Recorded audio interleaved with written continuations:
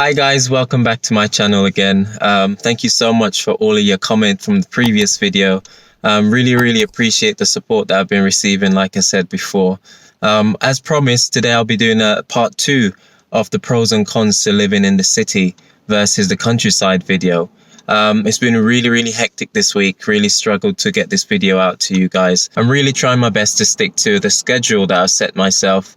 If you want to achieve anything in life, you've got to set yourself specific goals that you'll be able to achieve. And this is one of those things that I'm really trying to do. Even though sometimes it's quite hectic, you've got to absolutely keep on track and be determined. And no matter what, you have to continue to achieve those goals. I was hoping to be able to film this somewhere else, but unfortunately, all I'm going to be able to do is film it in the car at the moment.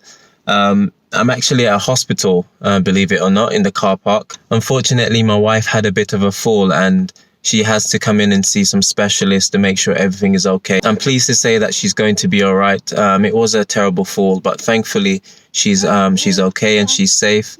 So I'm just in the car at the moment with Abby because we're not allowed in, such as the time we live in right now, where COVID means a lot of things that we sort of took for granted before, we really can't at this time. So unfortunately, we have to be here sitting in the car waiting for her to be finished, to be seen.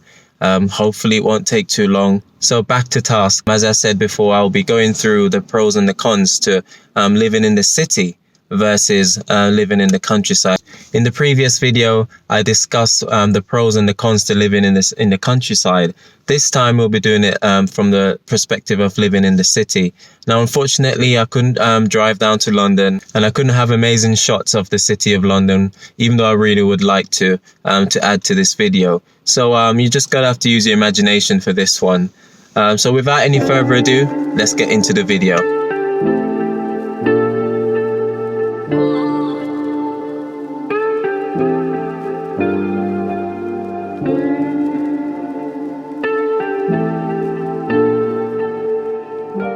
So pro number one is something that I really enjoyed while living in London. I'm sure many other people that live in London can testify to this. And the simple fact is there's so much more cultural diversity. So that's pro number one, cultural diversity. London is often described as a melting pot, a place where there's so many people from different ethnic backgrounds that really adds to the richness of the city itself. Everywhere you go, you can meet people from all walks of life, and they bring with them something which is really nice, and that's their culture. Obviously, if you move out into more rural areas, it'll be really hard to find the same level of cultural diversity.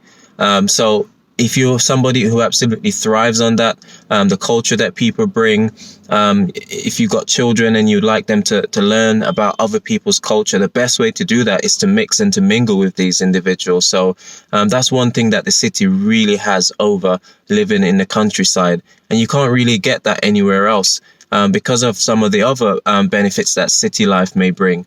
Also, cultural diversity brings to cities something which my wife certainly loves, and that's great food. If you're a foodie, you'll absolutely love it in the cities because there's so much choice, there's so much different things to try. So that's the first pro in terms of living in the city versus the countryside. So tip number two is simply this: better job opportunities. Living in cities means that there's a lot more businesses, a lot more facilities available, a lot more infrastructure. So it goes hand in hand with the simple fact that you will have more job opportunities. A lot of businesses have their headquarters in major cities. The simple fact is a lot of businesses have their head offices in London. Around the world, I'm sure you'll find a similar situation where major cities tend to have a lot more business places there. A lot more companies tend to thrive in these cities. It's a great hub for people to be able to work from. If we were to compare that to somewhere that is more rural, where you'll have a lot more trees and a lot more fields and so on, there's not a lot of offices lying around in countryside. So this is why city life and living in the city offers so much more potential for job opportunities. A lot of people who go to university and study, the dream is to obviously then go into the city to get a job that will basically suit them. There's more options available. This leads me nicely into tip number 3, and that simply is better public transport. Now, as I said before, when it comes to public transport, the countryside has nothing over living in the city. And obviously that can be a huge advantage for some people, because if you haven't got a driver's license or potentially you haven't got a car, you could simply buy an Oyster card, top it up, or you're good to go. You can travel all over London with just one travel card. And it's really nice. Public transport in London, it is quite expensive, if I'm being honest. And every year, TfL just seems to be putting the price up. So that is the downside about it. However, it's very convenient. The bus system is fantastic. The London Underground, which is well famous, the tube is also brilliant, despite what some people may say. Those who live in London at the moment and they complain about the tube service, you need to come up to Worcestershire, and I think you'll be pretty pleased with what you got at the moment. So yeah, transport is absolutely amazing, and that's something that is really powerful and is a huge pro when living in the city, especially where the city is so congested, and actually driving your own car on the road sometime might actually be slower than jumping on the train or even the bus. So that's pro number 3. Now, my final pro is one which I struggle to think of a fourth one that would be a much benefit to everyone. So pros number 4, and this is my final one, is better facilities. Now, this is something that, arguably might not be for some people, but ultimately I think this is a huge pro, because it allows you to be able to do so much more in a shorter space. Now, a lot of the facilities that are currently available to us here in the countryside are quite good, don't get me wrong, but oftentimes, unless you live close to a town or close to another city, you might have to travel to get some of those facilities that you're looking for. Now, it's very clear that if you live in the countryside, there's just no way you can compete with the amount of facilities that are available in the city. Facilities can range from jumping arenas for your children to swimming pool to leisure centers. We're talking about parks that are available. The list goes on and on. And the simple fact is, when you live in the countryside, these become few and far between. So that's one major advantage that a city will have over somewhere like the countryside. And by having so many more facilities, you find that you have a much better diversity in terms of what is available. So you not only just have one Indian takeaway restaurant, for example, you'll have 3 and 4 and 5 in close proximities. You won't have just one place where you can get a haircut. You have loads of different places that you can choose from. So if you go to one and it's closed or it's busy, you can probably just go down the street and find another one. So this is something that is really good when living in the city. The amount of facilities that are available, whether it be doctor surgeries, hairdressers, whether it be different trades and different companies, they're just generally more that are available right on your doorstep.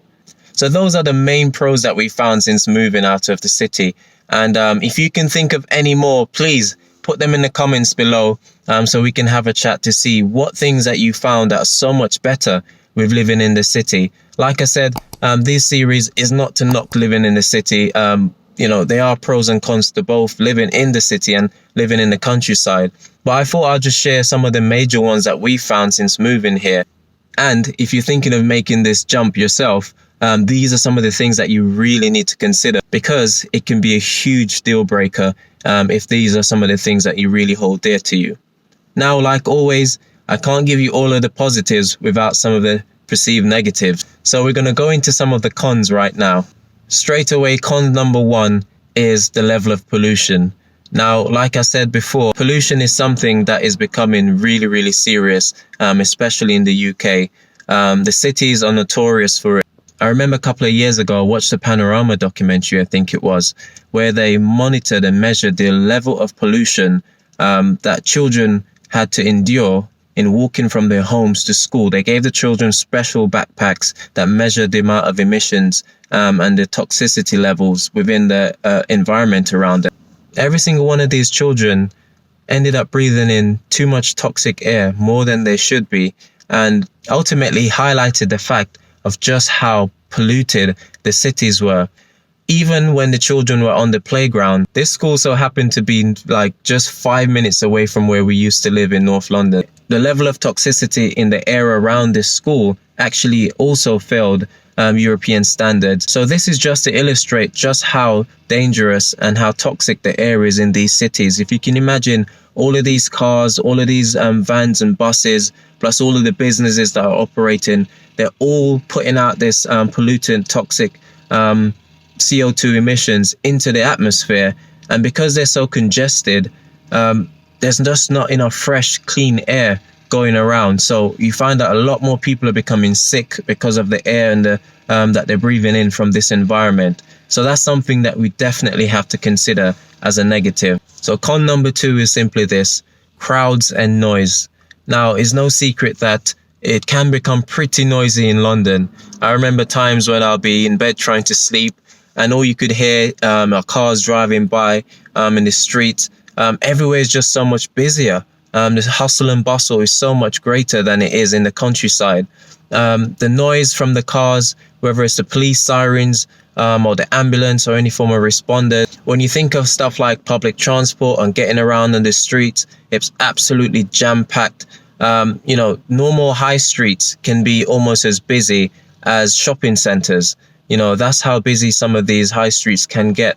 And while you might look at that as not a con, the reality is that it means that there's just more congestion. You kind of feel sometimes that things might not be as safe as you'd like it to be because there's so many people in one particular area. Oftentimes, these huge crowds sadly mean that people who want to do harm or want to steal things, pickpocketers and so on, they often congregate a lot in these areas because there's just so much people, and they feel as if this is a great place to target. So me personally and my family, we really didn't enjoy the crowdedness and the noise. So that's why we're putting this one in a con. Now, this is a big one. Whenever you think about cities, you think about crime rate. And it's no secret that crime is oftentimes higher in cities, and that's simply because there's just so much more people living there. For one reason or another, crime rates always seem to excel whenever it comes to living in cities, while living in the rural areas, you find it's few and far between. Whether or not that's because there are far less people living in the countryside, so therefore there are less people to commit these crimes, or perhaps cities are generally perceived to be places of more affluence, and criminals generally target these environments. So you have a lot more crime. We've seen on the news in London where there's so much knife crime and gun crime is on the rise. They're talking about all these people riding around on mopeds and stealing mobile phones, for example, out of people's hands. So city life definitely is more volatile, and the crime rates speak for itself. I don't know the exact figures, but I'm sure if you did a quick search online, you'll be able to see some of the statistics. And while crime, of course, exists everywhere, we have so far definitely seen a difference in the level of safety for myself and indeed my family. So that was con number 3. My final con to end this video in this series is simply this: the cost of living. And I think that this is a great way to end, because the reality is that one of the factors that oftentimes influence us the most when it comes to moving is cost. Now, I know people that's moved out of London, maybe not as far as we have, but certainly to the commuter belt, because it simply was just so expensive to live there. And when I say cost of living, I'm looking at some of the main ones, some of the main things that we normally have to pay towards once we get that salary at the end of the month, or however you get paid. And the main one is normally rent. Certainly, if you can afford to buy a house in London, you're probably doing pretty okay. So I'm not talking about people who are able to afford buying a property in London. But I'm actually speaking about those people who find it so difficult to afford to buy their own home that they simply have to rent. Now, of course, there's nothing wrong with this. The fact of the matter is, a large percentage of your salary end up going into just paying your rent. And that's before council tax, utilities, and other luxuries and other things that you need in order to maintain your own personal lifestyle. So there's a huge gap to the cost of living in London versus living in the countryside. I'll give you a prime example. If we were to buy this property that we currently live in the same street in London where we previously rented, this same property would have cost us around 450 to 500,000 or potentially even more. But let's just say it would cost us around 500,000 for the same 4-bedroom house with a garden and a garage. Fast forward to where we live now, and it's cost us under 200,000. So straight away there's like a 300,000 pounds difference. Now, are we getting a house that is less on quality? Of course not. But we're simply not paying for the premium of living in London. Now, I can already hear you saying, but hold on, Kenroy, we won't be getting as much pay in the countryside like how we would be getting if we were living in the city. Now, well, you're probably right, but the reality is that the pay gap isn't as significant as many people may think. So, for example, a job that might pay you £35,000 while living in London, in the countryside, you might end up getting that same job for 30,000. However, the savings that you'll make on stuff like your council tax, your rent, or potentially your mortgage, and so on, it will far outweigh that pay cut that you'll be receiving. Not to mention the quality of life. So to wrap up, I definitely think that cost of living in London is far higher than it is in the countryside, which is why I think that this should definitely go into one of the cons. So now that you've heard both sides of the argument, the city versus the countryside, which one would you choose? If you are somebody that lives in the city, please let me know in the comments below on how you're finding it. But equally, if you are somebody that currently lives in the countryside, also let me know what you think. I'll be very interested to know how you find living in the countryside, and maybe we can help each other out. We really appreciate all of the support that you've given us so far, so please continue to comment, like and subscribe to our channel. And as always, I'll see you when you see me.